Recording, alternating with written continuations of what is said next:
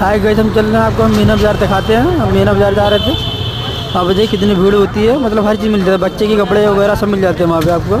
आपको हम दिखाते हैं, चल के आप वीडियो में बने रहिए।